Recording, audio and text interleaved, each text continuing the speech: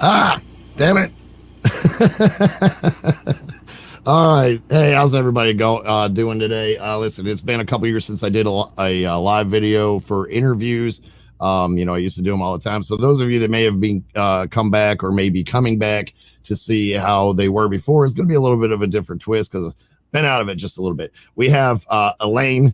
I think I said it right this time. I kind of went over it a couple minutes before we started the stream, and gotta mute this, sorry y'all. And it looks like I got one of them right, so I think Eleine is the right one. So I have some questions that people sent in through the email that I've been telling off my live shows, and also we're gonna kind of flash at the chat here and there to see about your questions, and then we'll open it up at the end for a few questions. Please keep your etiquette PG-ish, as I say. Be respectful, and we're gonna have a good time. So let's go ahead and bring in Eleine. Eleine. Damn it, it's Eleine. We'll bring them in now. How's it going? Hi. Hey, how you doing? You said it right. Yeah, you did. Got it right? Yes. All right, awesome. And also, just to add to it, what I didn't have in the old days of doing these interviews, now I have a sexy microphone. Yeah, you really do. The people that follow my show, they're great. I was like, I cried about getting this microphone for the longest time, and they finally got one. So now I can be sexy on the microphone. All right. It'd be all deep. And anyway, Yeah. So yeah, welcome to the interview. I'm so glad you guys took the time out to hang out with me today and go over some stuff, talk about your music, talk about your shows, talk about some other things. Like I said in the intro of this, we got some people that sent in some questions. We're going to go over those as well. But right now, am I understanding am I saying it right? Your name is Ricard, right? Did I say that right? Well, Or is yeah, it Rickard? sure. It's both sometimes, depending on where you come from. Yeah. So, I mean, Rickard, it's fine. Yeah. Rickard is fine. Okay. And Yeah. then I'm going to try to say the last name, Ekberg. Yeah, that's Yeah. nice. All right. Yeah. And you're the guitarist / growler, right? That's right. All right. And then Madeline. Did I now I know Eleine is right. Madeline. Madeline or whatever. It Madeline. doesn't matter. Yeah. Yeah. We're gonna go through 20 minutes trying to pronounce shit. Liljastum. Yeah, that works. You're Really like good enough, whatever. Fucking Peredy, just get on with it, right? And you do the vocals. Now, do you play anything like any kind of auxiliary instruments through the band, or just vocals? No, it's just vocals. Just vocals. All right. So you might, like, if the mood strikes, you might do some beatboxing too, right? Like, Oh, maybe. Yeah, why not? Right? Yeah. That would be really, really surprising. Yeah. I think. I mean, you never know. Throw back a few shots, and Rickard can start, throwing out some raps, like old Run DMC style kind of stuff. Oh my God. It'd be a nice treat. You never know. Anyway, Run DMC tour would be cool, though. Mm. Yeah. right? Yeah. All right. So, if you guys will, please just tell about the rest of the members of the band. Tell us their names and what they do. Yeah, we have Anton Helgeson, who plays bass, and we have Jesper Sundhagen, who plays drums. All right, great. And then, do I understand right that sometimes you have a session musician, Jay? He does session guitar. Yeah, live session guitarists. And at the moment, it's Jay Mathero. Yes. Yeah. Nice, awesome. So, to throw back a little bit, how did the band first start? Like, did you have to go through? I know that, like, any founding band that I've ever been in that lasted a while, we had to go through a plethora of musicians before we finally got that fit. Did you guys go through that as well? No, we had one lineup change, so to say. I mean, Yeah. if that is what we're talking about, because we started with the members we had, and yeah, it's like one major lineup change we had that came pretty natural, actually, because when you start a band and there's so many out there that want to be full-time musicians and live the touring life, and when they get started, they just feel like, nah, maybe this isn't for me, really. If you don't have the same goals and ambition, Exactly. it just doesn't work out. Yeah, so it was a pretty natural progress. Yeah. Yeah, you definitely go through that. There's a lot of people that they have this idea of what it's going to be like in their head. Then when it comes down to actually doing it, they're like, it's maybe not for me. Yeah, but especially in music, because people can really think that maybe it's very easy to fulfill those dreams of touring life, but it's hard damn work, you know. Man, you ain't lying. A funny quick story. I remember one guy that we had. He just seemed like he was so in. It was a drummer, and we were playing at this major venue, and we were co-headlining with Dope, right? And it was his first show ever, and we thought, man, we're gonna throw this guy in the wolves. You know, it was packed house of like 1,500 people there or something like that. And right before we went on stage, he looked at the stage and said, "I can't do it. I quit. And he ran down the street. We actually borrowed a drummer from a different band that just kind of played it as he could, you know, kind of free did it. So yeah. Well, we ran into that luck. But Jesus, wow, what an experience for you. Yeah, we were all standing there like, honestly, dude. Yeah. Really, you know. And our manager was he's shaking his head. He's like, you know, I find it really hard to work with you guys here lately. So anyways, now I did a little bit of research. I saw that your first show was in 2014 as this band, correct? That is correct. Man, you guys have really come a long way in a short period of time. People out there may think, oh, you know, that's like 6-7 years, but that's actually pretty short to get the kind of fan base that you have. I know I've been doing it for 30 years and I don't have that kind of damn fan base. By the way, fuck you for that. It's my party. I can be jealous if I want to. Sure. Of course, goodness. What would you contribute to getting that much steam put forward in that amount of time? I don't know. I mean, you guys are just like, we just I got mean, like that. if I said it's hard work, it would be like me saying that you're not working hard. And it's not only about that, you know, it's about a lot of things. Right timing also, but you know, staying active on social media. Madeline is very, very good at that. She manages everything with our social media. Yeah, so it is me that you're chatting with, Peredy. Oh, okay. Yeah, sometimes I jump in and help out, but Madeline is the queen of social media, and I don't know. Like, stop it. No. It's all about staying true. You know, right. That's what is always boiling down to. Every damn answer you will get from us, it's about staying true. Yeah, and go with your feeling, you know. Yeah, absolutely. That's good, man. I close every show with "Stay true, stay you," because you know, in other words, they're gonna see right through you. We always say "Stay true, stay metal," but not on stage, but you know, everywhere else. Right. Yeah, absolutely. And play it fucking loud because that's just the way it has to be. All right. So your first album was released in 2015, or was it 2017? In the research, I got kind of a little bit mixed up of what was going on with that. Oh, it's 15. Yeah, it was re-released in 17. Okay. So you released the first one in 15, then re-released it in 2017. Yeah. And what was that album called? Eleine. Yeah. Self-titled. Self-titled. Okay. Yeah. Now I'm gonna take a wild stab in the dark and just say this is like a partitioned off of your first name. Is that because it just sounds really cool, or did you initially create this and approach Ricard, or did you guys like get together to begin and just say, hey, let's start a band? That was like I wanted a band and I just had the name, and I was like starting to go through all these awesome cool words in Latin and stuff like everyone does, you know. They sound very cool. But I just felt that what the heck, Eleine, it sounds cool, it's easy to say and perhaps easy to remember. I don't know. Yeah. I liked it. So when I met Rickard and we said that we wanted to have a band together, can we go with this? And we're like, yeah, why not? Yeah, I mean, once again, it's like we'll get to this later on, but you know, there's no room for an ego inside of Eleine. So I was like, this is good. This is a catchy name. I mean, you know, it rolls off the tongue. Everyone in America pronounces it differently, and we can correct people. So that's nice. Yeah, something to discuss. I was gonna say, it depends on which tongue is getting rolled off. Like, you know, I fumbled with it enough. But, you know, it's that way with all names, really. You know, right? Just look at Amon Amarth. How many hasn't said Amon Amart? You know, right?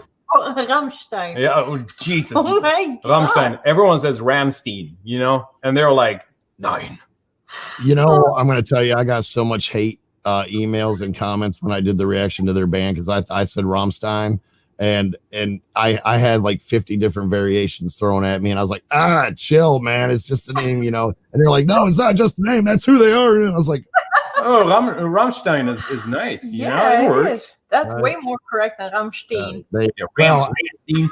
I think they all argued with each other too, because other people were like, "No, you're wrong. That's not how you say it." You know, they were in a chat just fighting up. I was like, you know, did you guys like the video at all, or is it all about how I said the name? Yeah, exactly. No one's talking about the video. Right? Yeah. I mean, there wasn't any comments about, "Hey, man, I like the reaction." They were all just like, "You said it wrong," and and I'm like, you know what? Everybody says my name wrong too, and you know, it's Peredy, but people want to say Peredy, and then I said it wrong. Yeah, I certainly did not.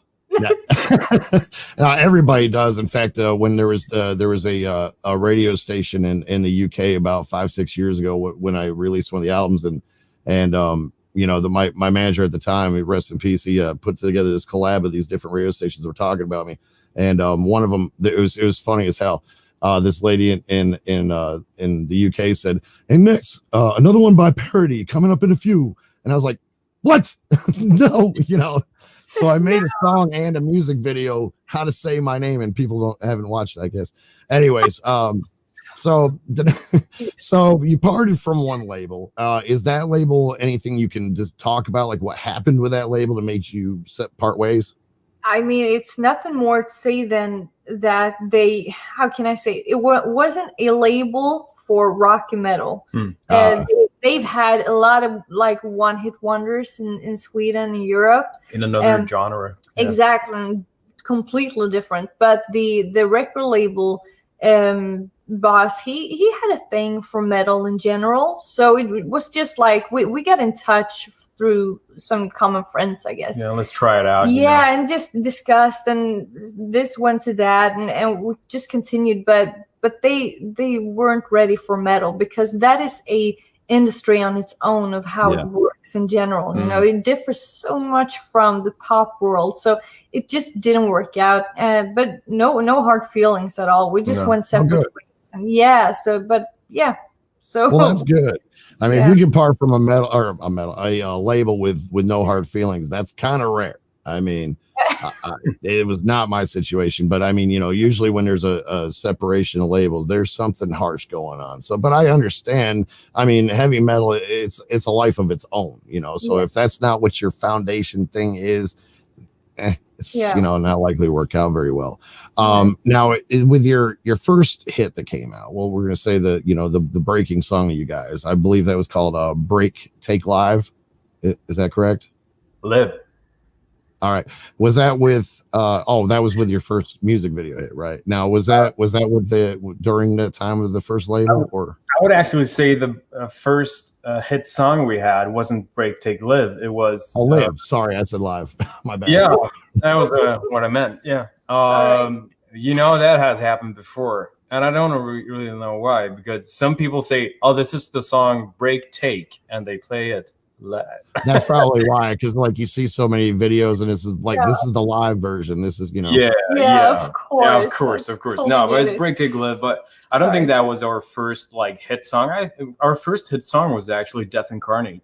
Yeah, in a way, but I would actually be okay with saying Break Take Live, because something happened when we released Break Take Live. Because, well, sure, but I'm talking about the initial song that we're like chanting on stage. Yeah, that is Death Incarnate from the first album. Yeah, and then it was when we went separate ways with the label that we were talking about. It was like, we went separate ways, and we just felt that we don't want to rush into something new. And we got the opportunity to play our very first gig ever at the Sweden Rock Festival, and that is huge here. 2016. So we felt that, okay, if we get this opportunity, we really want to get at least one song. We got to do something big. Exactly. That's what we said. And, so we went for a music video, and that song just felt so right and was a huge success. Actually, so you got it spinning. Here's a little bit more interesting twist to that, because we were like, all right, we got Sweden Rock coming up. We got to do something big. So we actually also wrote the song, like record time, I would say. Yeah, it went pretty fast. So we wrote it, recorded it, and recorded the music video. We record all our own music videos, by the way. So they cost like coffee. I don't know. Time, no stress. And we were like, it can be expensive depending on where you go. Well, since we do our for at home, it doesn't cost as much. And we were like, we got to do something big, and we did that, and that just took off. You know, that opened up so many doors for us because, you know, other than people actually liking the song, which is great, you know, is that that actually granted us, in a way, our first tour. Yeah, and that was very huge because when the music video was done and it was pretty close to the Sweden Rock Festival gig, we were discussing, because I've listened to Moonspell since I was a teenage girl, you know, and I just felt that I think they might like this if they hear it sometime, maybe, I don't know, you know. So I just like that they might. Yeah, maybe, I don't know. So I wrote Fernando in Moonspell, and I remember how I started. I was like, "Hi Fernando, I listened to you since I was a teenage girl, and yeah, you're super great, you know that, and maybe you will maybe never read this, but I just want to share our new upcoming single, and we're Eleine from Sweden." And he replied just about a day after, and he was like, "This is really good. Nice. Do you want to go on tour this fall?" I was like, "If we want." Let me think. Yes. Yeah. So that was our first tour. It was a big project in a very short period of time, but yeah. It was a great success. 2 weeks on the road, so that was like our fire test, or what do you want to call it? To be like, fire test is a good term. I like that. Yes. A true musician, you know, out on the road, trucking down the road in a van, and like, wow, it was terrible but awesome at the same time. I know it, man. That's what I used to call the enjoyable headache, you know. But you know, it was great. It was that moment you realize that this is what you love, you know. Right. It's not easy, not in the least bit, but I wouldn't want to do anything else.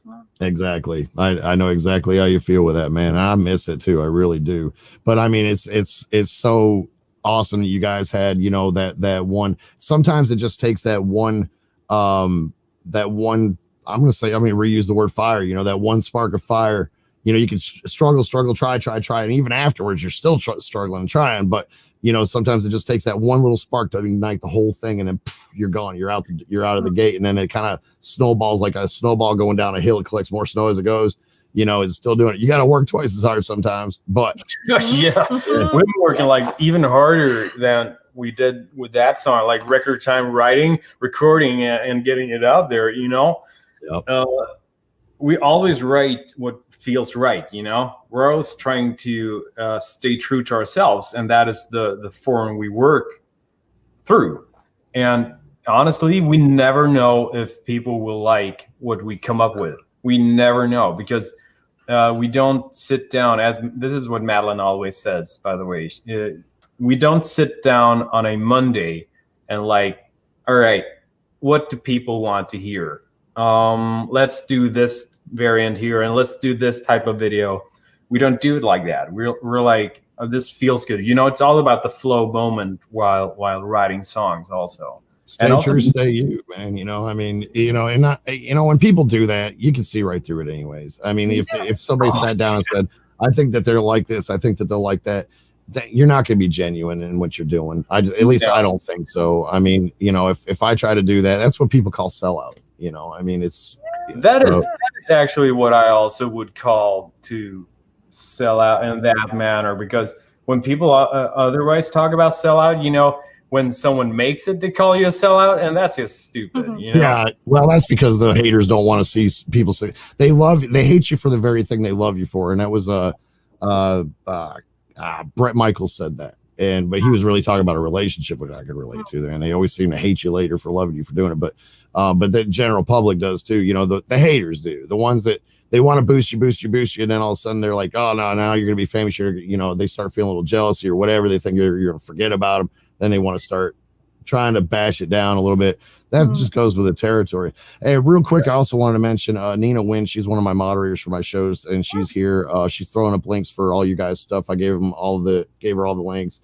So she's a powerhouse. I've got one slamming moderating team that helps me out with the shows, and she jumped in and so like, yeah, I got you. She calls me boss all the time. It creeps me out, but she's like, I got you, boss. You know, and I'm like, all right, thank you.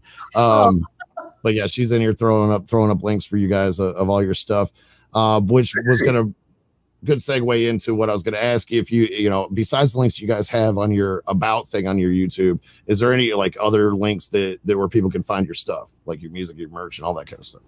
I think we put it all there. I think everything is under the music videos. Yeah. I added Patreon, Facebook, Instagram, webpage, or web shop. Yeah. But perhaps the YouTube isn't updated. I haven't checked. Yeah, I did it just the other week. Yeah. But yeah, it all should be there. Yeah. Okay, awesome. Now, do you guys have any albums that aren't officially released, like that have been in this steamroller momentum that you guys got going on? Like anything predated to that?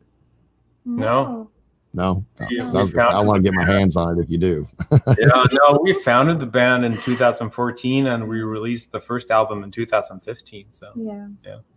All right, great. So it was 2016 where you did that first tour, right? Or when you did the first tour? Man, see, I mean, from 2014 to 2016, that's like so, man, it's crazy. Like, yeah, man, it's like that had to be mind blowing. And we're aware of that, by the way. Yeah. Really aware of that. Oh, I'm sure you guys. I mean, you know, I got to see one of your live things like after the fact. I got to see one like the last 5 minutes before you were tuning. I was like, damn it. But I was sleep, like I'm nocturnal, so I sleep during the time you guys go live, and then I caught it that one last time. But you guys always seem very genuine and very, you know, humble about everything you're doing. I feel confident you're gonna hold on to that, and I hope to God you do. Now I have a note here that I put in to say, and a lot of the people that come to my shows have been saying the same thing about your vocals, is you have a very different take. There's this whole kind of Viking metal, medieval kind of thing going on. It's an uprising, but with your vocals, it's a little bit different because, you know, you got a lot of them are trying to throw in that fry scream and everything else is going on like mad right now. They're all doing it, but yours has been compared to, and I agree with it. It's kind of like this soothing, motherly thing that's got a force behind it. You know, it's almost like if you're being, you know, if somebody was singing you to sleep, but they were doing it in a metal way, you know. I don't know if you've been told that or not, but yeah, people have been saying that. And, you know, it's like a mixture of power, sultry, motherly, soothing, you know. And one person said, I took a note, I can't tell if I want to hug someone or headbang, or maybe headbang while I hug somebody. But that might get me arrested. I don't know. That is a fantastic comment. Right. That's perfect. Well, thank you. Now I have a question about your vinyl records, the gold thing. I watched one of your videos about the gold vinyl one. How the hell did you get that done? I want some. I don't know. The gold vinyl. Yeah. It was our label. I didn't even know that existed, man.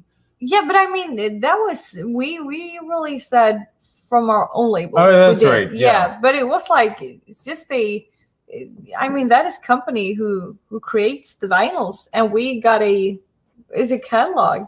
Yeah, we got a catalog. We just saw it and it was like, yeah, that looks good. And we went through the catalog. You guys did it on your own then. It wasn't like a label thing that threw that on you. Well, no, we had our own label then, and our distribution. They helped us out with pointing us the right direction for the vinyl. Okay. All right. Yeah, I was curious about it. I was like, how does one get their hands on replicating that? I mean, that has to be a label thing, but apparently not. I just didn't dig deep enough. So for your music videos. Now I'm somebody that also does my own music videos. I do, you know, everything from starting the first drum beat to the end of the music video, all my own production. So I feel you guys on that. But your production is in my opinion is quite amazing. So as somebody that's, you know, deeply into that, in fact, I have more fun doing music videos than I do writing music these days. Maybe I'm just getting old. I don't know. But as somebody else that does that, I'm wondering, do you see the same staff and company that use them all, or do you guys like hire in different people to like to help with your storyboards, your frameworks, you know, your treatments, stuff like that? Or do you just kind of just say, you know, fire up the camera, let's just do our thing? We do it ourselves. We do everything. Yeah, so you know, like you don't have anybody that films it for you. You just kind of set it up on a tripod and do it. I film. You film. So when you see Rickard, it's me filming. It's very small parts. And it's basically me. And by the way, people, you got me on that shit. By the way, hold on. I did not even pick up on that. I for some reason, there is no point where I thought, hey, that scene's missing somebody. And now the latest ones, both Anton and Jesper has also held the camera at some point. You know, it's fun. But this will blow your mind. The last 5 music videos have been filmed from Enemies and until today. Yeah, the last 5. Because I know that you saw Enemies, like the first reaction video. I remember it. So. Including him. It was filmed with this little guy right here. Shit. Yeah. See, a little camera with a gimbal thing. There you go. Beep bop, beep bop. Our little buddy. Yeah. This filmed most of my music videos. Yeah, there you go. See? I mean, the thing films in 4K, you know, and then when you go into after production, you can pretty much do anything you want with it. So now I have to hire a guy to come in and film because I have no eye with a camera. You know, I really suck at it, but I know what I want, so I could tell him, and then he does it. Oh, that's good. That's but really you know good. what? Thank you for that treat. That's actually really cool. Like I just told her, there's no scene where I thought, hey, there's somebody missing from this. You totally got me on that. You know, I kind of feel stupid. You think I would have picked up on that, but I didn't. No, that's good. You know, because when I am the one who cuts it and edits it and bounce it and upload to YouTube also. When I easily get bored by stuff. So when I cut a music video, I add stuff so that I don't think it's boring, you know? Right. So other people who watch it, they're like, whoa, this is a great video. And I'm like, yeah. Yeah, that's right. I did that shit, man. I mean, if we're looking at the As I Breathe and Above Death, both of those music videos, you actually can see the both of us in the music video because we got a drone. Was it last year? No, it was for the Enemies video. It was. And I mean, that is pretty hard to manage to do all on your own when you want to be in the picture at the same time. You can have it like static in the air. Exactly. We wanted drone pics like flying around and stuff like that, as they do in Above Death and As I Breathe. Are you going? Is this you go for it. All right. So we have a Patreon. And at that Patreon, we have patrons. So lucky us, right? That's how it works, yeah. Well, of course, I don't. But we have patrons. Yeah. And so this one patron, he has a drone. And we got a wind of that because he posted a picture of himself that he took with all of his Eleine merch. He lay down on a on some grass and just took a picture. And we were like, you can fly a drone. Would you like to fly the drone and film parts of our upcoming videos? And he like, yes, of course. So he took his wife and he took the train down to us. And he lives far away. Sweden is a long country, and his name is Thomas Björndal. I don't know if he's here tonight, but I mean, all the credit to him. He was fantastic. It was super fun. Very fun. Yes, very nice. And cool. He was so happy, and it came out great. Yeah. You know? It was fun. Well, you know, I think that having a drone would be a lot of fun, but yeah, I wouldn't want it to just be like one static image. I mean, you want it flying around. That's what they do. How cool would it, otherwise just put the camera on a ladder, or something like that. But anyway, I totally feel you 100%. If while you're making a video, if it's going to be boring to you, then it's probably going to be boring to somebody else, And sometimes you get carried away with it. Like when I started taking lessons from a guy that did CGI for Star Wars movies, I thought, cool. I started learning it, so I went way overboard, and people were like, "That's overkill, man." You don't have to have the world coming to an end and lightning everywhere for a love song. I have Madeline to like tell me that this is super fine. Yeah. Leave it. Stop what you're doing right there. And then I hate to hear. No, I'm just gonna. Can do just a little bit more. Just a little bit. No, it's perfect. But I want to click the button. There's one more button to click. I want to click it. Kind of like we're a good fucking team. Yeah, it's a fun progress. It is. It certainly seems like you guys have that right chemistry to build an empire out of what you've got, and I expect nothing less. I really don't. So there's something that came across it that cracked me up a little bit. She had posted a picture on Instagram, and I wrote "rawr" on there. I had probably had a severe rum buzz at the time because that's what I do. Every time I see a hot chick, I'm like, "Hey, rawr," like that. Well, She said, I can hear you saying that. She commented on it. I'm thinking, yeah, you've been watching my videos because that's what happens, man. She'll do like this little slow motion dance, and I'm just like, yeah. I gotta say, I remember that because we were in the recording studio, and I went up in the morning, made my morning coffee. We have this like process every day. And I saw, oh, there's a new reaction video. What is this? Was it there? Yes, it was. And it was you. And you got me laughing so hard when you did that. I was like, oh my God, what is this? You even went when you heard me growl. So, yeah. That's what happens. I do a lot of those reaction videos I do that I upload. I've had it. I'm like 50 proof through my blood vein. So, I just kind of throw back a bunch of shots and have fun with it. But that's... And I used to think I was going to get me shot by somebody's husband someday, but everybody seems to think it's funny, I'm just like, yeah, baby, And I've gone into all my future ex-wives now. Oh, you're one of them, by the way. Everybody's my future ex-wife. Rickard, you can be my future ex-wife too. Out of the conversation we've had today, you can be everyone's wife. You and I. Yeah, right. Just marry everybody. Fuck it. Sure. Yeah, but that was fun because I actually just skip reaction videos because I'm just so scared to see if anyone will like hate it, But this looked great, so I was like, yeah, I'm gonna give it a shot. No, I'm gonna tell you in all honesty that it's like I genuinely saved the songs for the reaction videos to wait so I could give a genuine reaction, right? And I literally like got hooked like that. I mean, it was like not even a third into the song, I was like, fuck me running, this is badass. I mean, it just grabbed me, grabbed me right by the nuts and said, that's it, you're mine now. I mean, I was totally drawn in. And that's why I like it. And a lot of my viewers have caught on, and they're loving you guys to death. Like I was telling you guys before the show, they're constantly in there, requesting it and stuff like that. And well, we've already talked about that. So the next thing I put down in my notes is Eleine, the enemies. Hang on. Yeah. Okay. So we were actually just talking about, we already went over this note. So I quoted myself, what in the name of super sexy slow motion just happened, but my question about that is do you guys get more of, your feedback that you get? Some bands get more of just a visual thing. Oh my God, that looked awesome. And they say nothing about the music. Some fan bases are all about the music and could care less what y'all look like, on camera or whatnot. Some it's kind of in the middle.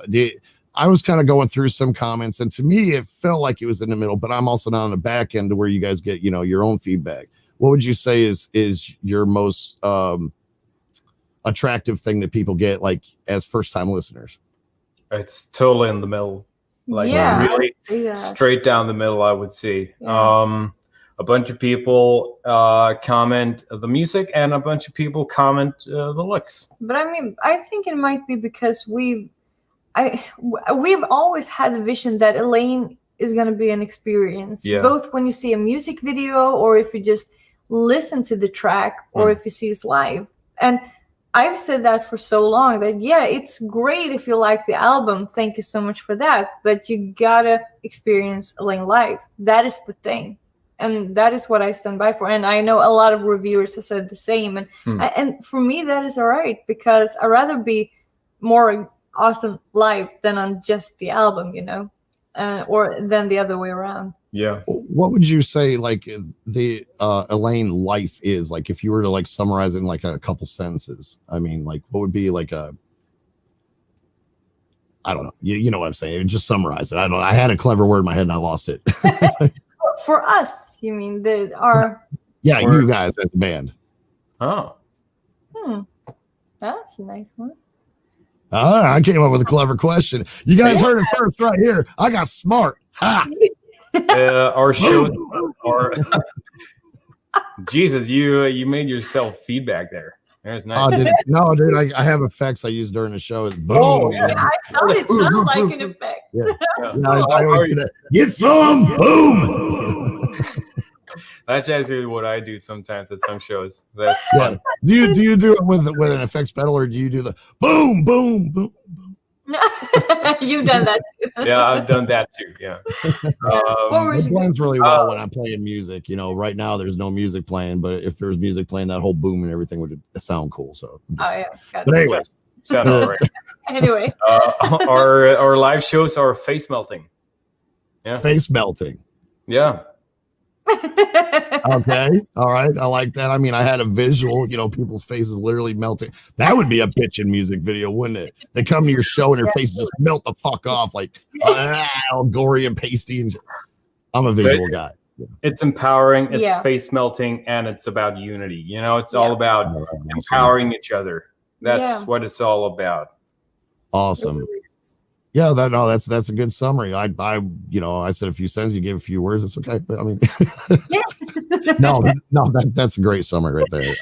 It is empowering. I know that I can get lost when I'm listening to the music. Even I'm not gonna lie, I've got a stack of you guys' music videos and stuff on YouTube, and while I'm writing, you know, web scripts or designing an image or, you know, editing some of my own video stuff, I've got you guys on the side screen over here. There's like 5 monitors wrapped around me, and one of you guys are on there, and I just jam out. But sometimes I'll drift off into my own storyline with it, and there's not a lot of bands that do that for me. And I'm willing to bet that it does it for many other people too. That takes a special kind of click to make somebody go off, you know, in their own like little daydream with the song instead of just daydreaming because they don't want to do math homework. So I've got a note here, and I don't even know why I have it. It said, ask about Mein Herz brennt. Mein Herz brennt is the Rammstein song. Yeah, we've done one cover so far, and that is Mein Herz brennt. Yeah. Really? Is that out there anywhere? Yeah, it's out there. Yeah, it was on the EP. Yeah, it was exclusive for the EP. The EP called All Shall Burn, which featured Enemies, All Shall Burn, Mein Herz brennt, and 2 other tracks. Symphonic versions of All Shall Burn and Hell Moon, We Shall Never Die. I gotta get a link. Somebody out there watching, send me a link to. I gotta see this, whatever, you know. It's gotta be added to the list. I've got to check this out now. You mentioned All Shall Burn. That is probably one of my favorites from you guys. And not to mention, you know, when I did that the first time for the show as a reaction thing, I was extremely impressed because it was one of the best lyric videos I've ever seen. I get bored with lyric videos. In fact, when somebody requests it, I just dread it. I'm like, oh, another freaking lyric video. You know, they bore me to tears. I want to see the band and shit like that. But you guys had, you know, this whole, both of you look sexy as shit in that thing. I'm not going to lie. I mean, you know, I had the hair flowing. You just all looking like, you know, I am Thor, you know, kind of looking, you know, beastie looking thing. And I was just like, man, damn, that's hot. And then, you know, I mean, it's just, there's not a lot of lyric videos out there that have that much animation and, you know, cool stuff going on with it. So yeah, kudos on that, because I definitely was not bored by that, and I've played it a million times too. I'm getting to the point where I'm just gonna have to buy the albums, but I'm afraid if I hear them, then I can't give anything authentic. You know what I mean? So I got to wait for somebody to throw it to me that I can do it. All right, so oh yeah, somebody else said to let you know, and I normally put the names down, but I just have notes, so there must have been somebody who didn't want me to call them out. You guys all have an amazing presence, and she does the windmill hair thing better than I think I've ever seen, which is one hell of a compliment, because most of the time I hear about Flora Jansen doing it better than everybody. Yeah, she's great. She's great at windmilling. You know, I've seen it, and it's like, dude.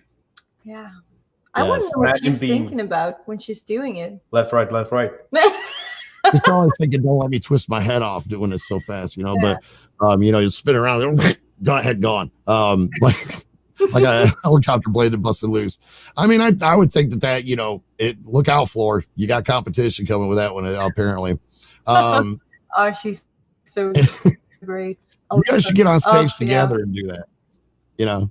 Yeah, that would be awesome. I mean, she seems to be such a humble kind of person, just so super sweet. And I mean, we know her husband, Hannes, and he is also a super great guy, the drummer of Sabaton. And I mean, they're fantastic people. So I would love to do that. She has a kick-ass growl, by the way. Yeah. Who, you do? No, Floor. Oh yeah, I know. I was gonna say, I want to hear it right now. You got it. If you do, I want to hear it. So I'm pointing like this way because I'm looking at the thing, but it's the camera. Yeah, wherever you're at on here. Yeah, I was gonna say no. We've got to have that a first year on here. Anyway, all right. You know, maybe between all the powers to be and everybody that's associated with whoever, maybe we can make that happen someday. I know that one of my proteges for YouTube, Sonny, he did an interview with the drummer of Nightwish, and you know, maybe between everybody's connection, we could get you guys up on stage to do the windmill, even if there's no damn music behind it. You know, yeah, that would be cool. It's just a random windmill thing. You know, maybe we can have a countdown timer, like a pie eating contest. You know, see who gets that first, or who breaks the neck first. All right, so moving on. I have a note. The As I Breathe, you know, that was just downright addicting too. It looked like I see that you guys gained 2.5 million YouTube views within 6 months of that. Was that I didn't add on to that. Was that just like within that album or that song, or just within the short time period that album was released or that song was released? It was Enemies, and like in the span of a half a year, 6 months, it was 2.5 million views on YouTube, and now it's up to 3.2 million. Wow, views. That's just mind blowing. It was released in October last year. Yeah. I can never. I didn't know what to expect. I do remember what you said. This is going to be our first 500,000 views video, and I was like, right. Yeah, okay. I hope you're right. And then it just took off. Yeah. Well, I can certainly see why. I mean, just wow. I mean, that's really the only word I can say when I have nothing ever clever to say, which is often, depending on how much I've had to drink. But yeah. So Ricardo, like there's something I wanted to ask you about. We kind of hinted on it before the show. Tell us about this porno career. Yeah, there's no porno career. You can Google all you want. You won't find anything. Let's see how many times that gets hit on Google. Yeah. Yeah. No, actually, he didn't tell me he had a porno career. We were joking about it. I said I was going to bring it up. All right, so I've got a lot of people that ask about coming to the States. Do you guys have any plans on touring here?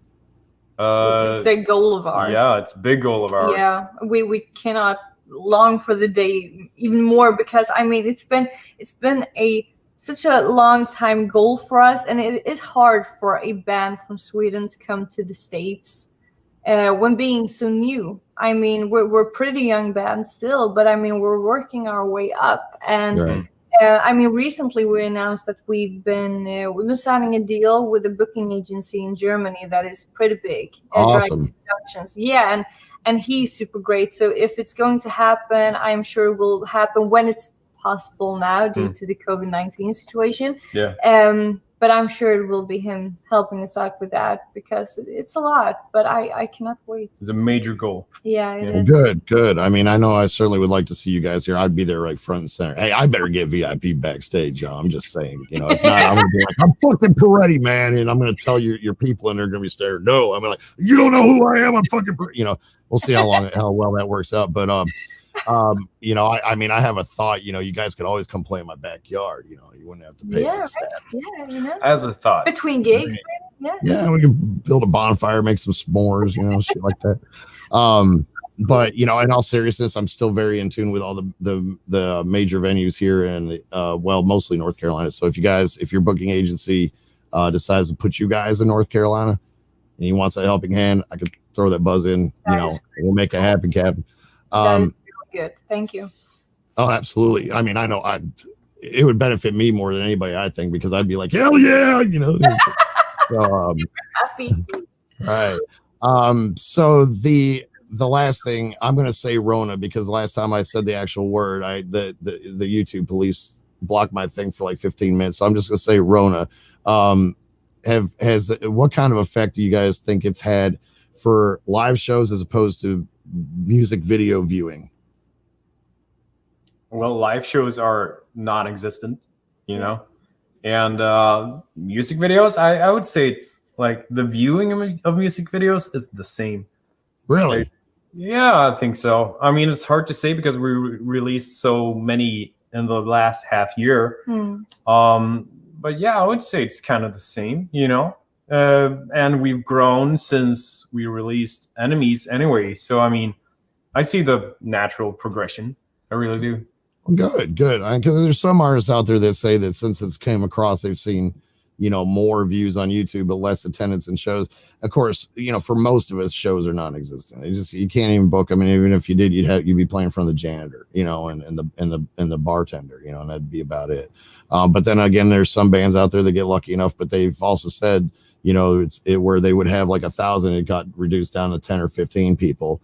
I don't know if you guys were still able to play during all this mess or not. All right, so listen, we're now down to the fan questions that got sent in through the email. Christy Youngst from Memphis, Tennessee. Now I picked some of these because I thought they were good. Some of them were just kind of cute, Right. Says this is for Rickard. Yeah. See how bad I told you. I can't remember this shit, man. Anyway. All right, so this one is actually kind of cute. It says, my grandmother said you're hot and wants to know if she can adopt you. She's 87. Sure. He's like, fuck it, why not, man? I'll be. Why not? I am cute. Yeah. He says I am cute. Wow. There's no doubt about that. I got cool hair and his beard and everything. That is so sweet. Yeah, it's very sweet. Speaking of your appearance, when you guys did that live thing, I had referred you to John Petrucci. I asked if anybody had said that you look like him. I actually got to meet the guy and hang out with him one afternoon, and you're like the spitting image of a younger Petrucci. Yeah, I've heard that. I'm sure you have, man. I mean, you look just like the guy. That was one of the greatest experiences of my. In fact, he gave me one of my. I was like 14 or 15, I think, 16 maybe. I handed him a demo, and he had this look on his face. I said, "Look, I know everybody's probably standing in line handing you these demos." He was doing a guitar workshop thing, and he said, "Hang out with me. Come here, sit behind the table. We'll talk afterwards." I was like, "Hell yeah!" So I sat there, and then afterwards, he popped in. It was a Walkman. He actually had a Sony Walkman. He popped in the tape and he listened to about a few minutes of it. He put it out, handed it back. He said, "All right, thanks." And I said, "Well, what'd you think?" He said, "It sucked." And I said, "Okay." That bummed me out. This was before I really knew what I was doing. But he gave me a lesson. He said, "Listen, I can tell you that it was great, and then you're going to keep on going and you're going to keep sucking at it. Yeah. Or I can tell you that it sucked and you're going to go and improve." He said, "Just remember, you never are the master of your gift." He said, "Is the moment you think you know everything about it is the moment you stop progressing, and the moment people start lying to you about how well you're doing is the moment you're going to stop advancing." So that was a valuable lesson. I get, I passed that forward. Is there any kind of valuable lessons that any, one person or any, celebrity or anybody that has told you or you've taken from that you also use today for doing what you do? Yeah, well, for me, it was I've had the same singing teacher my entire life since I was 8. And she comes from the jazz world, so she's from a completely different thing, but nice. She taught me so much. And she always said that never sing one song if you don't feel it. Like, really, even if you're standing there having a cover band gig and it's 2 a.m. in the morning, just sing with your heart, because it will always feel better. Always. And I've had that with me my entire life, and I've stuck with it. Yeah. Nice. Well said. What about you, man? Well, for me, I've been close to death a couple of times. We just spoke about it the other day by me being reckless, basically. But the closest I've been was when I had anorexia, and I got out of that myself and calibrated my brain correctly. And I taught myself to never give up, and nothing is ever served. Everything is earned. Well said, my guy. Well said, man. That's excellent. Yeah. That is one I use. Excellent, man. I don't think I could have worded that any better. In fact, I know I couldn't, so I'm not even going to try. All right. So, Teresa Chanfer, and y'all, if you people that sent these questions in, if I'm butchering your name, just fucking deal with it. That's what I do. He does that all the time. It's one of my talents is to terrorize names. I can't ever read them right. This is for you, Madeline. Awesome. Did you ever take vocal lessons, or do you practice with a vocal coach? Yeah, I started with a vocal teacher when I was 8, and I went to her for at least once a month until I was like 21, 22, something like that. And I recently started with having vocal students myself, actually. And yeah, she was super sweet, because I called her up and I told her that, do you think I am good enough? And she was like, yes, you are the one who is carrying the torch after me. And that just, I started to cry, and I was like, yeah, of course. And she just said, I'm already proud of you. You will never disappoint me. You just go. And she's like one of the best persons out there in the world. She is. So yeah, I've had my fair share of vocal lessons, and she always also said that I've only given you the tools and you've done the hard work yourself. But it would never have been possible without her, But it has been a lot of practice, and not only the vocal technique thing. People, I know that people often think that is the only thing when talking about vocal lessons, but it's so much about you as a person, because self-confidence and all of that. There's so much to go through when you're taking vocal lessons or any other instruments, because it's so easy to pick on yourself, saying, oh, you suck, I hate you. And there's a lot. I mean, I was very bullied during my entire time in school, from the first to the last day, and it was hard, but I went through it, and I'm glad that I can share that with others as well. It's a beautiful journey to make if you're interested in singing. Holy shit, man. I asked a question. I got a whole bunch of tear-jerking, back-shivering stuff. That was awesome, man. I can relate. I'm also somebody that grew up and bullied and tortured and terrorized growing up. And, now I don't, because I have this gorgeous hair, and and I have a badass mic, so I can sound sexy, so I don't get terrorized. No, but I totally relate. In fact, I've got a new song coming up with a video it's totally against not against anti-bullying. It's against bullying. And it's going to be a powerful video with that. So thank you for pushing that forward in what you do, because I'm very, very open and very about, the whole anti-bullying thing. That little statement you said about passing the torch forward, man, that gave me shrills, because that's cool. That was a good answer. All right. So moving on from that, before I start crying.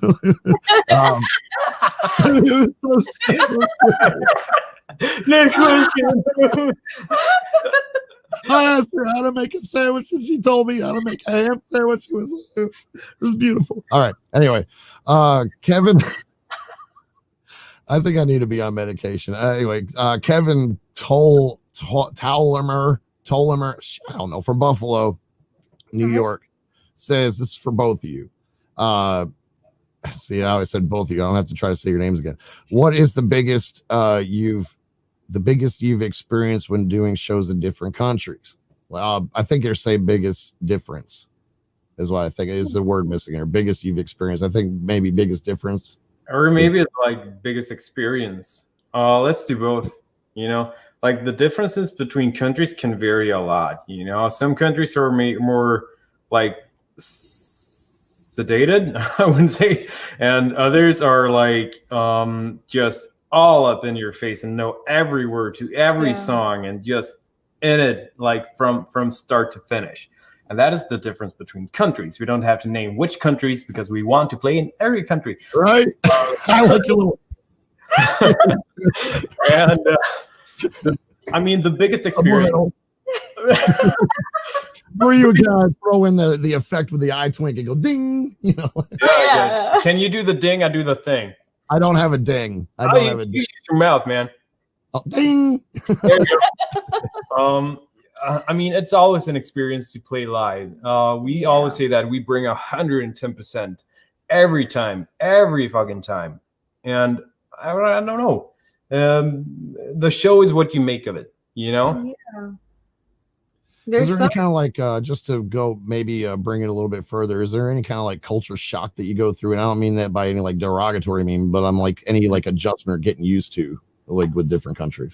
No, not that we've experienced, really. It was great to play in Japan. We played in Tokyo in 2017, at the Loudon Metal Mania, festival. It was cool. Great. I mean, we love Japan so very much. I love anime, all right? I watched all the Studio Ghibli movies, like every last one.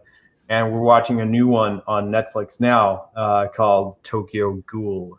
And I got Madeline into anime also. So we had this image of Japan being a certain way. And when we got there, it was exactly like that. It was like super good, you know. Everyone was super nice. Everyone loved it. And it was a super great experience. But you know, Japan is they're very, very they love metal, as you know. I mean, like the metal scene is growing like crazy in Japan. There's so in Greece, it's super huge. Really? And I wasn't even aware of that. See, in general, in Europe, for an example, when you're coming to the countries like Greece and all of them, I mean, they never take bands for granted. They really appreciate when bands are coming there, and that is something that makes the audience even more passionate and with more energy, and like it has been the same in the UK and Europe overall. Actually, for us it has been a very unison experience with like every country, I would say. They've been very into it and very appreciating, and that is something that I really hope that the COVID-19 thing can actually be, I mean, if that can be something that we can notice after, that people actually appreciate concerts and live music even more. I bet so. I mean, I know I do. This whole mess has made me really miss the whole package. Because there's something I've been seeing for the last couple of years is like, you know, when there's a band releasing tickets for a show that I want to go and see, I book the ticket immediately, and a lot of metal fans do. There's this bunch that's let's see the same day, and if it's sold out, they'll be like, there's no more tickets. Like, they've been on pre-sale for so long, so just like.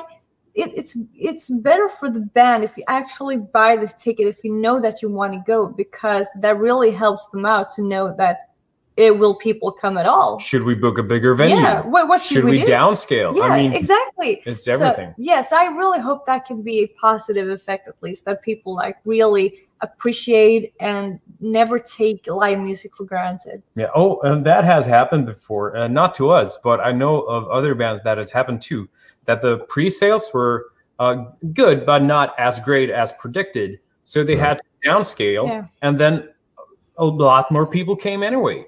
You know, I have had that experience. Well, I mean, I had a sold out show once, and of course it was a small venue, but so that's not really saying too much.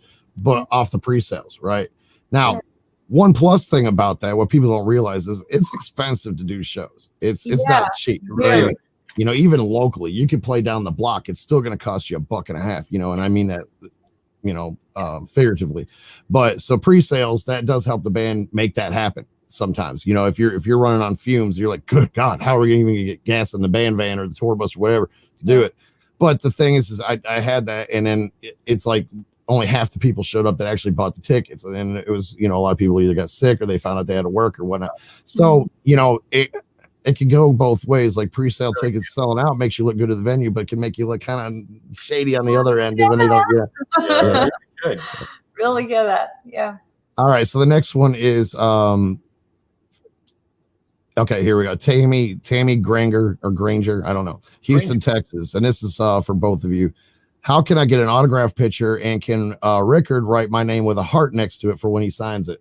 That is so sweet. I can do a heart, but it often looks like an upside down ass, just so you know. I think that's where the heart thing came from. It's from a heart-shaped ass, you know, and then he just flipped it upside down. Well, then the answer is yes, I can do that. And we sell signed prints, or we sell prints and we sign them at our web shop. There's a lot of prints. to choose from. Okay, so the web shop is where she would go to Tammy, if you're listening, or watching, that's where she would go to request that, right? Yeah, you can find the web shop through our webpage, Eleine.com. Yeah. Okay. So. Yeah. Yep, and Anina's posted those links up too. There's a bunch of people saying, "Spank that like button and smash that subscribe button," and they're yelling the whole "get some." And I don't know if you guys seen the live shows yet, but that's the handle thing that goes on. Brent Handemeyer from Erie, PA. Madeline, fuck you. As a fellow performer, I could get on. See, I picked this one because I can feel this 100%. As a fellow performer, I could get on stage and sing in front of people with no problem. But when I try to do a music video, I freeze up in fear, like stage fright. I haven't been able to finish a music video yet. Do you have that problem, and how do you get over it? I totally relate to this. I am so camera shy. I really am. But I think the main thing you gotta because I've been coaching others in performance, and I gotta say you have to think of it as the same thing. Just there is no audience, of course. There's just camera, but imagine that camera as the audience instead. You gotta be in your little bubble, because when you're on stage, you have the audience, but you're still in your bubble. You're doing your thing, and that is what you have to do in a music video as well. But a music video is scary because you're so exposed in a way, because it's a lot about how you look, and everything is there in a way, and you can see it after, and that is like, oh, do I look like that? Do I look like that when I sing? Oh, but you just gotta imagine that you're on stage and just doing your thing. Actually, did you have something? Yeah, correct me if I'm wrong, but you should treat it the way you do singing. You shouldn't sing in a way you think you want yourself to sound like. Exactly. And you shouldn't act in a way you think you want yourself to act. You should only stay true and be yourself, Exactly like that. Just slaying it. It's I can relate to that you think I got to stand like this because this will be cool if I do that. Right. But it just comes out like Tin Man, And then he was a metalhead, the Tin Man. It was a real metalhead, yeah. He was like, metalhead. Maybe that can be a good it's thing. correct, right? I'm thinking of a tip that I maybe can give you that I had to do. My singing teacher, she made me do this because she knew that I hated it. I hated the way I looked. I didn't want to watch myself sing. I did not want to see myself in a mirror. But she said, I need you to see that you're doing the technique correctly. So I'm going to hold a mirror in front of you, and now you're going to watch yourself. And I was like, fuck this. Oh, man, I would dread that so bad. Yeah, but that has been the most, I think it has been the most educating. Yeah, educating. Growing experience. Exactly. And that gave me a lot, because still, don't get me wrong, I do not like to see myself in this video. I do not appreciate to see myself in the videos. I do not do that, but I've learned to just cope with it, I guess. And training in front of a mirror, doing your vocal techniques, or just sing and just get comfortable with actually seeing yourself, that helps out a lot. So please do that, and you will notice a difference, but don't expect it to just happen overnight. Take some time, but that is a great tip. And that also goes for like guitar players, bass players, keyboardists, whatever, drummers. Play in front of a mirror. It helps out a lot. I haven't tried that technique, but I might end up doing it. I know every time I do a video, when that little light pops on, I'm like, being on stage can be so much easier because you're just throwing down, but and I'm like you, I always fear, I'm like, oh God, I don't want to watch the playback, on this, but luckily I'm editing it so I can make myself look cool if I want to. That's all right. Cool. Yeah, take out all the crap shots, where you have that one take where you're gonna go, you didn't mean to. Yes. Many. Yeah. Yeah. Well, I can tell you right now, ma'am, that there's probably a billion people out there that are appreciative that you're in those videos. So, just remember that next time you think that you shouldn't be in there. The whole super sexy slow motion thing. um, no, but you know that I think that was an excellent question, and you know, some humility practices too. The guy that was giving me some stage fright lessons, he actually brought me to a park where there's lots of people and family and everything, and he made me stand in front of a tree and sing to that tree like I was singing to a person. And that taught me so much humility because everybody was laughing at me like there's something wrong with me. But sometimes I'll pay that for it. I like the mirror thing though. I can't say that I'm going to do it, but I think this guy's shit. Okay, you will. Okay, and I'm just going to say you will feel stupid when you're standing in front of the mirror, just like going, okay, now I'm going to sing my song. But it will give you something. I do recommend you to do it as well. I actually think I look cool while I was playing guitar and looking at myself. You know, I'm like, this you're a little vain, ain't you? You know, it's about. I was also bullied, you know, through school, and I've come to the point, you know, where it's all right to think you're cool, and that is also it's about appreciating yourself. If you don't do that, how can you help others to appreciate themselves? Yeah, excellent. Somebody's love to do a takeover of them and. Let's do them play their music they can listen to. Like a guest, have them be a guest on the show. I don't know. We can talk about that sometime. I know they're extremely busy. I think what she's talking about is like doing during one of my live shows. Also, they're 6 hours ahead of us. So, yeah, by the time I do my shows, it's like what, 3 a.m. for you guys? Oh, yeah, like, I'm sleeping. Yeah, 3 a.m. Somebody better be on fire to get me up, or I'm gonna set them on fire for doing it. All right, so here's the last one. This was from the fans anyway, and this is more of a statement. It says the SO sisters and brother, and this is for you, Madeline. Madeline, fuck it, whatever. Please do a video on how you do your makeup and makeup tips because you're gorgeous. Oh, and your eyebrows are on point too. So thank you. Somebody would really like for you to do a makeup tip video. All right, so this is the comical side of it where I ask some really goofy fucking questions, and you just come up with whatever answer you got. All right, and these are for both of you guys.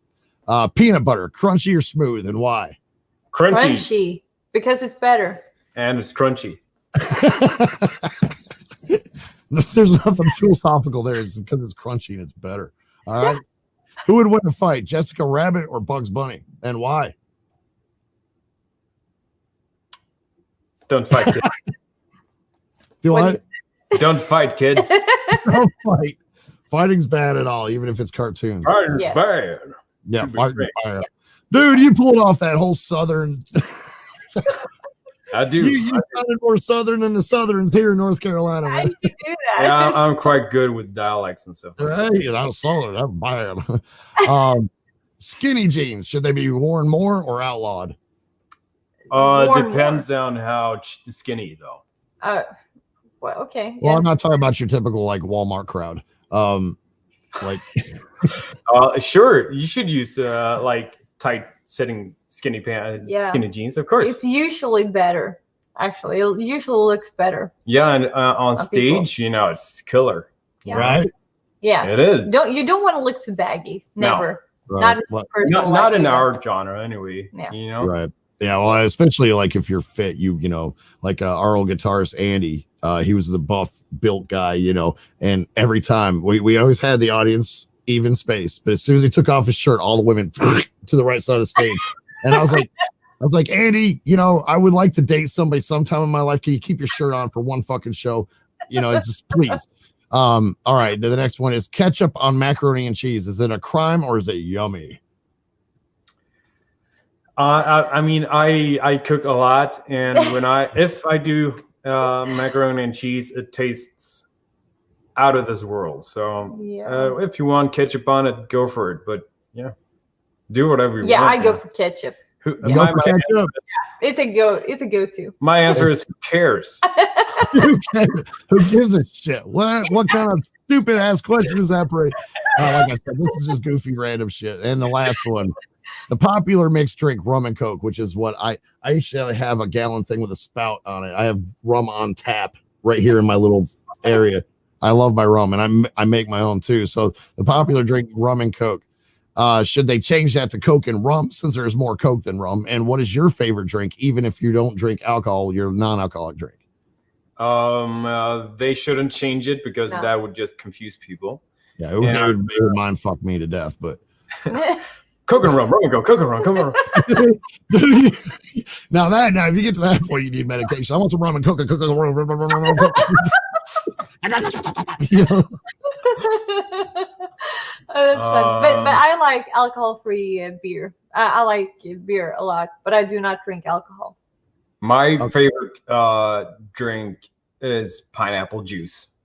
Pineapple juice. I love pineapple juice, man.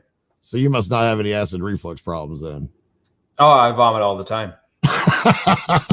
Well, you know, I get the same effect from rum and cokes. I love it, but it makes me vomit sometimes, you know. I mean, no, but I don't get any acid reflux from that. Otherwise, I mean, I drink water, coffee, and sometimes I drink pineapple juice when I think I deserve it. Yeah. When you think you deserve it. Yeah. Well, man, if you guys ever come to the States, I will make sure that I have a gallon of ice cold pineapple juice sitting there waiting for you. It can be part of your green list or whatever they call it. There's been room tempered for the throat, you know. Oh, that's true. Yeah, you want it. Well, I mean, so I've got another question on my own, and that's actually a good. I know that, you know, I always practice room temp water on stage, you know, even though you're just dying for something cold when you're dry mouth and, you know, you're sweating like crazy. But for the growls and stuff, I've never had any of that stuff help or hurt me. I mean, do you find that, you know, having things room temperature helps with your growls too for you? It's all about the vocal cords, man. If you drink something cold, it'll tighten up the whole throat. If you do it like all the time, it is like any other muscle. You don't take an ice bath before doing squats or before sex, you know. I don't know about you, but I mean, ice bath before. Maybe it's all about that. It's just muscles anyway. Yeah. So it's room temperature to not get unnecessarily strained. Okay. All right. I know that the guy that masters all my stuff, he recorded between the Peredy and me, and one of the first Motionless in White and stuff like that. He masters all my stuff. And one of the times in the studio, he always, whenever he would come pull out soft drinks or whatever, he put them on top of the fridge, and those were the ones he wanted us to have first. And he said it wasn't really that he gave a shit about our health. It was because he didn't want to waste 1,000 takes because we were doing damage to our vocals, you know. Yeah. So, I mean, it makes sense. It makes sense. So there's another tip for all of you out there that are you know, vocalists or want to be a vocalist and stuff like that. All right. So listen, thank you guys for coming out. I want to ask you one more question for everybody else out there. And then also just follow in with that to conclude where they can find your, I know we went over the websites and stuff like that, but what is the best way to, you know, reach out to you, you know, pick up, you know, copies of newest albums? Is there, and what do you see in the works in the future? But before you answer all that, what would be, see, there you go. I'm losing my voice already. What would be your overall best advice for anybody that's inspiring to start a band for the first time or be a performer, you know, anything in the public? You want to go first? Yeah, I can go first. Always go with your gut feeling. Like, it's as easy as that. You got to feel what you want to do and ask yourself the question from the beginning. Do you want to start this band to become famous and just have a band? Or do you really want to create something new that inspires other people, but mostly heals and inspires yourself? Nice. Nicely said. Yeah. And neither Madeline or I drink alcohol, but it's all right if you do. Just don't treat it as a playground just to go and get drunk. It's hard friggin' work. And that's the thing that many people think, that rock and roll was all about drugs and sex and stuff like that. No, man, it's always been about hard work and talent. If you got talent but don't do the hard work, you're not getting anywhere. Damn right. Yeah. Damn right. I mean, you know, a lot of people don't realize that a lot of the drugs and alcohol came out after they got big. You know, they didn't start off like that, you know, you know, and it's the sad thing for some. I know I drink like a fish, but shit, I'm old. I've been in this for a minute. I know how to separate it. Right. You know, but yeah, I mean, a lot of people think that, oh, it's party because of that, and they go into it with that mindset thinking that's what it's going to be. Like, if you do that, you're gonna fall flat on your face. You know, You know, I'm not saying, oh, you know, by all means, let that take over your life later, but you certainly don't get anywhere starting into it with that. So yeah, well, good advice. Well said. All right. So yeah, finish up. Tell people, like, you know, what's coming up in the future, best way to reach out to you guys. You know, do you take any requests, this and that? I know we already talked about the website and told that, but for anybody that's popping in now. Oh, you find like everything you want to find and above and beyond at our Patreon, hands down. Yeah, hands down. Yes, definitely. Other than that, there's of course Facebook and Instagram, and that's probably it. Yeah, right? That's probably it. I mean, yeah, and never be a stranger, because I mean we're really active on both Facebook and Instagram as much as we possibly can. You know, we're always around, and I mean we appreciate all the support.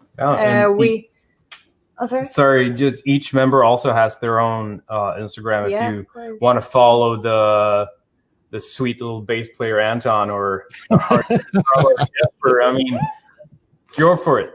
Yeah, and I mean we just released our third full-length album, Dancing in Hell, and I'm super proud of it, because we were discussing if we were supposed to postpone it, because it was scheduled for November 2020. And when it all happened, it all went down in March, and we were like, oh, are we going to postpone it? Who knows for how long we need to postpone it? So we decided to release even more singles. We went for 4 singles and 4 music videos, and went for the album anyway. And I am super happy we did, because we did that for ourselves, to have something to look forward to. We do know that our fans has been looking forward to it as well. So it was also for them. Exactly. For every music lover in the world, you know. I mean, that sounds grandiose and stuff like that. Yeah. But, you know, artists are suffering, but also music lovers. Exactly. And so for us, it's important to just make this album be alive as long as possible without tours and live gigs. So we appreciate every stream. We appreciate every sold CD, cassette, vinyl, or the box set that has become very popular. So just, we appreciate it all. And we do have a lot of fun on Patreon. We do. What's all included in the box set? It's a, let me see here. I got it right here. Yeah. Okay. Show it off. While he's getting that, what kind of music videos you guys got coming up that you got planned, or anything you got planned? Well, we have released 4 already. So, but we do have some fun plans for next year. And there is a lot of things being booked actually for next year. But now we can all just wait and see. It feels like everyone's holding their breath for a moment to see how everything turns out, you know? Yeah. But we got to just understand that even if the vaccine part is a great success, it won't happen just overnight. It will be a startup process. I mean, it would be very naive to think otherwise. Yeah. So I'm looking forward to see when we can start the gigs again, maybe in a smaller scale, but at least something. Yeah. But you have the box set. This is the front of the box set. Yeah. This is the back. Tells you what it contains: a band flag, the LP with a exclusive vinyl. You got a patch, you got the cassette, and you got a signed jewel case. That's on my shopping list. That's it. I've got to have one. I got to have one, period. Open the lid.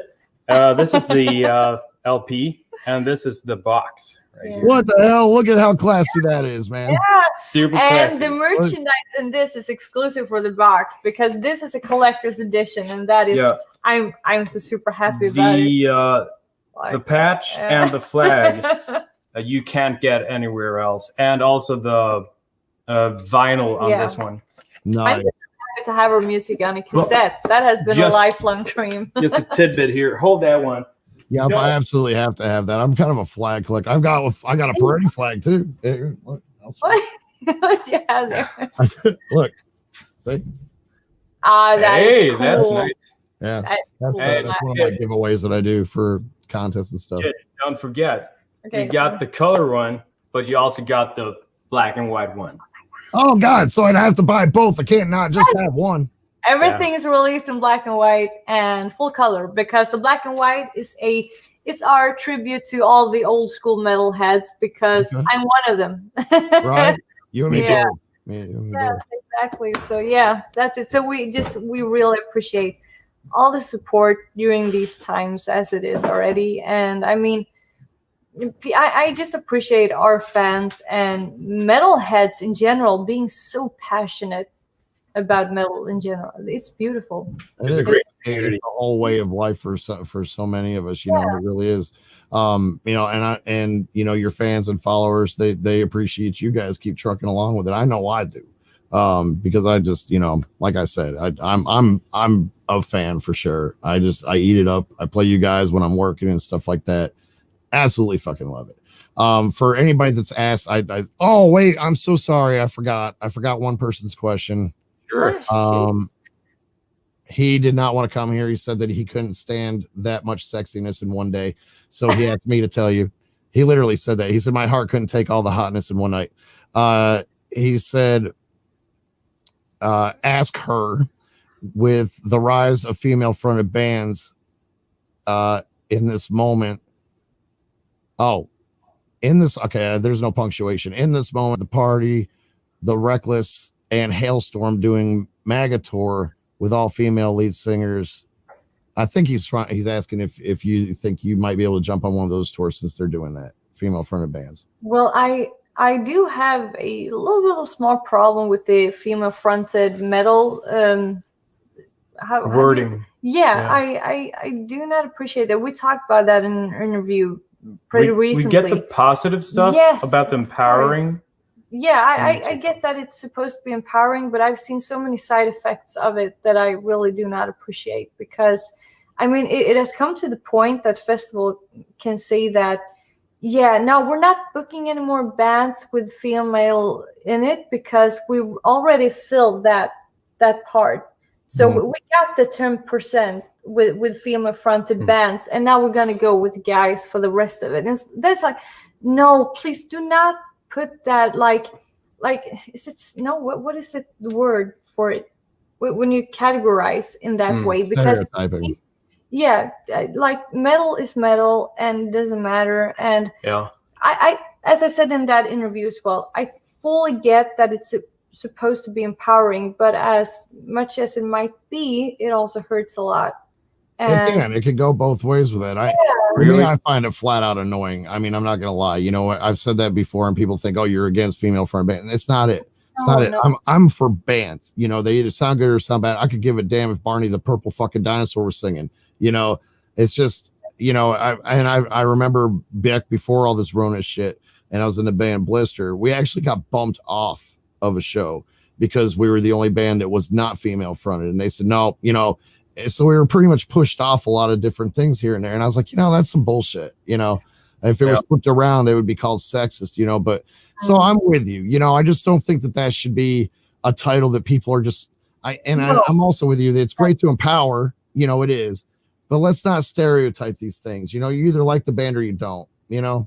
And I stand up for women. If there's one thing I do that, but I mean, I am realistic as well. I do not want to see bad side effects of doing something like that, because I mean, good music is good music. Yes. Whether you're male, female, cisgender, or transgender, who cares? Good music is fucking good music. Yeah.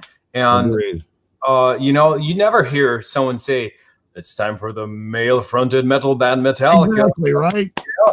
That's what I said too. You never hear that, you know. And I also said in that interview as well that if you say that Eleine is female fronted metal, but why aren't Arch Enemy called that? Why aren't Ginger called that? Because Ginger, she also sings clean. So I mean, what is the difference?